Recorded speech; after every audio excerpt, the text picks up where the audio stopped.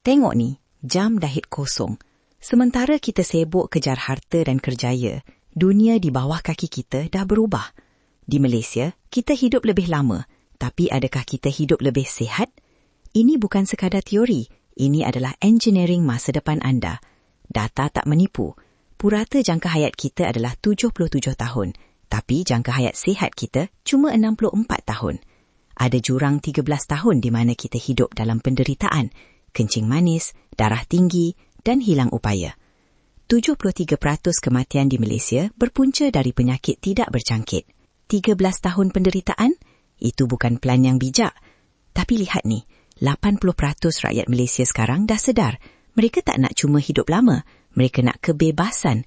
Maknanya, boleh berjalan sendiri, makan tanpa pantang keras dan tidak menjadi beban.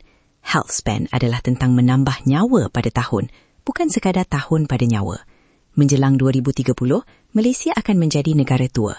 15% penduduk kita akan berumur lebih 60 tahun.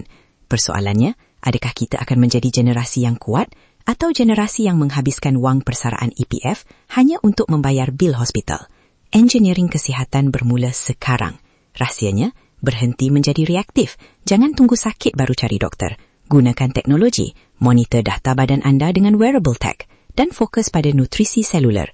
Ini bukan cara malas one click. Ini adalah workflow profesional untuk biologi anda. Fikirkan kosnya. Penyakit kronik bukan saja memakan badan, tapi memakan simpanan. Health span adalah pelaburan ekonomi paling bijak yang anda boleh buat. Kurangkan risiko NCD, kurangkan bil hospital, tingkatkan kualiti hidup. Data menunjukkan pencegahan adalah 10 kali lebih murah dari rawatan. Jadi apa workflow anda? Mulakan dengan satu perubahan kecil hari ini. Bukan diet drastik yang gagal dalam seminggu, tapi habit harian yang lestari. Engineering kemenangan anda dengan data, bukan emosi. Stay dengan saya sampai habis untuk strategi seterusnya. Anda dah bina skrip hidup yang baru hari ini. Kalau anda rasa info ni menyelamatkan 10 tahun masa depan anda, tekan like dan subscribe. Saya akan terus breakdown hack efisiensi dan kesihatan untuk anda. Jumpa lagi di video seterusnya.